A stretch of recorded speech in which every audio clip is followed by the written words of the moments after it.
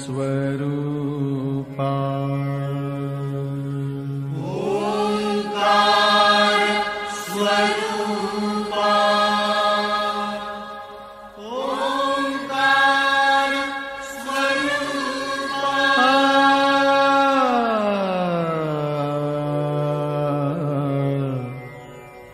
तुझ नमो तुझ नमो तुझ नमो ओंकार स्वरूपा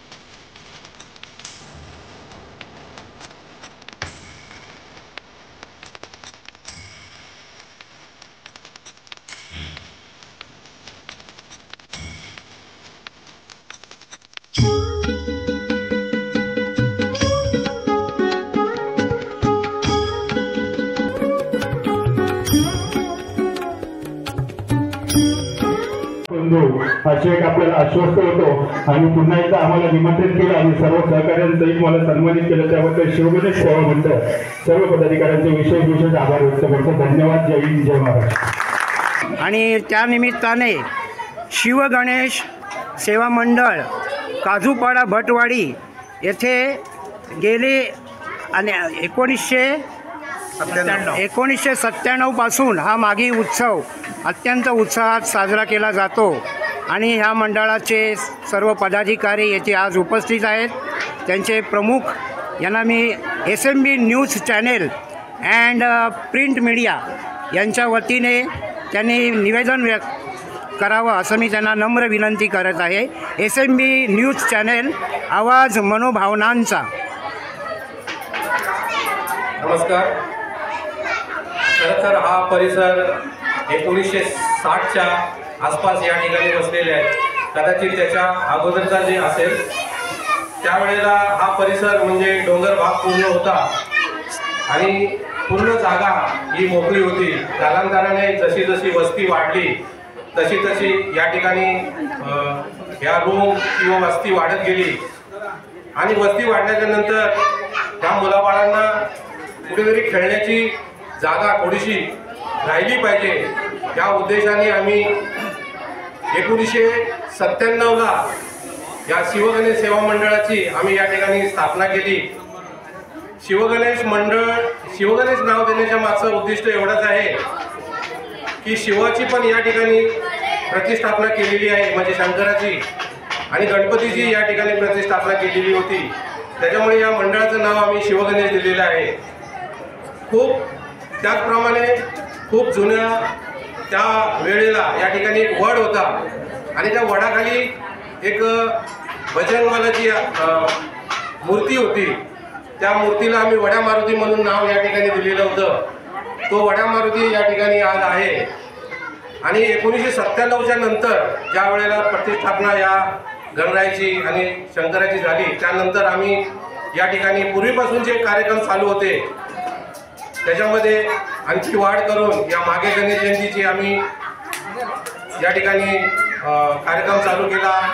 आमचा 25 जानेवारीला सत्यनारायणची पूजा होती, मग तो डबल खर्च होऊ नये म्हणून आम्ही ती मागे गणेश जयंतीला ती सत्यनारायणची या ठिकाणी पूजा घेतली.